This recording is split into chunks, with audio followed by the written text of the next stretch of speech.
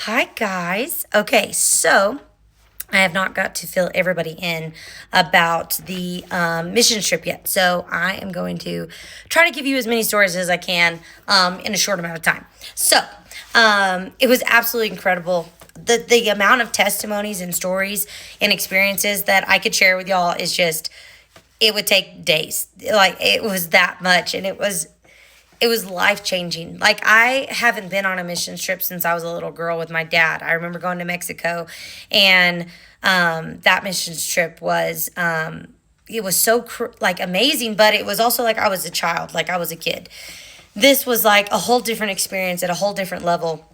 And so, because we went to Greece, we partnered with a group called European Initiative. So they are a mission trip group that basically they're a huge community, and they specifically target Europe. Like, that is who their heart is called to reach, to get saved, to get healed, to spread the gospel to Europe. So because our trip got changed from Africa, which when we were going to go to Africa, it was going to be mainly church based. So, which is what I'm comfortable with. Like, I can get up in front of a church and do a sermon and talk in front of people because that is, what I'm used to. That's my strength. But when we now are doing European initiative stuff, what that means is you do primarily street evangelism, which not really my specialty. On top of that, the way they do street evangelism is they do flash mobs at first. So they do like Cupid Shuffle and other like line dances right in the middle of the street, the square, wherever you are, and they bring people in, and then you do a drama. And so if many of you that have went to our church have seen that my sister's on stage, my brothers, my mom, my dad, they are all musically inclined, can sing, can dance, can act, do all the things. Ashley Scroggins is not on the stage like that. Those are not my things. And so, long story short, when our lead was picking parts for this drama, the first thing out of her mouth was, "Okay, I really feel like I was praying last night, and God told me specifically who was supposed to play which role. And Ashley, you're the main character." And I was like, "Excuse me, what?" She was like, "Yeah, you're the main girl." And I was like, "No, that's no, because like I don't dance, I don't act, I don't do that. Like, I am funny sometimes, I can talk a lot, but like I don't act and dance, and that's just not me." And she was like, "Nope, God told me it's you, and I'm fully 100% confident that this is supposed to be yours." And I was like, all right. So the first few practices were absolutely terrible. Everything in my body was like fighting it because I was like, this is awkward. I am terrible at this. This is just, I can't do this, God. I can't do this. I hate this. I can't do it. I was really fighting. I was really fighting hard. And I was trying to be respectful, but I was like, oh my gosh, I'm terrible at this. And then I went home one weekend and I showed my sister, my mom, the example video. And she was like, "Ashley," she was like, "you are perfect for this role." And I was like, "No, I'm not. Like, I can't do any of that." And she was like, "Ashley, this is your life story.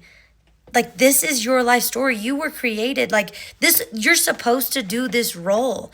This is your life story. You can connect to this girl in this drama." And I was like, oh my gosh, like, you're right. I guess that's what big sisters are for occasionally.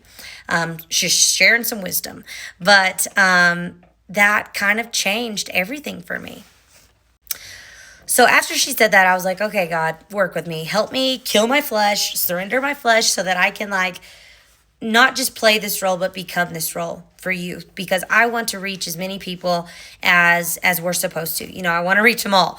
One of our first nights out doing the drama, we were out in the middle of Monastiraki Square. So it was like right at the foot of the Acropolis. So it's like at the metro station. There's a huge city. So like thousands of people are coming through this square like every minute of the day.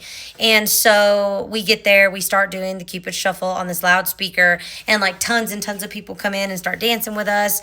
Then we do like another line dance, and then all of a sudden they're like, "Okay, do the drama. We got to do the drama real quick while people are here." So I was like, "Oh my God, oh my God, oh my God, okay." And I was like freaking out, like so bad I had to go to the bathroom. I was like, I cannot do this. But I was like, all right, no, God, this is not about me.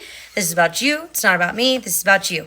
There are 400 people here watching me, but it's not about me. This is about you. So I sucked it up. I killed my flesh in the moment. And as soon as the music started, it's like I kind of forgot everybody was there. And I just became the girl in this drama, and got even emotional a couple times because it's really intense. It's like there's this girl, she is lost, she's curious, she meets this guy, she falls in love. Well, she thinks she falls in love, she has sex with him. Long story short, he ends up breaking her heart, gets with another woman. She's lost, she's confused, she's heartbroken. She goes to two other men, and they want her for a second, then they're done with her. Then she goes to like partying, she goes to like searching for everything that she can, and nothing satisfies her.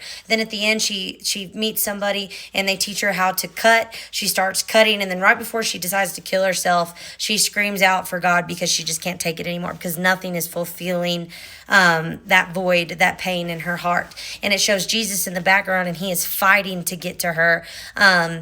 He breaks free, breaks through everything, comes to her, picks her up, sets her free, and they do this romantic dance, and then they walk off into the sunset. And it's just like, that is my story.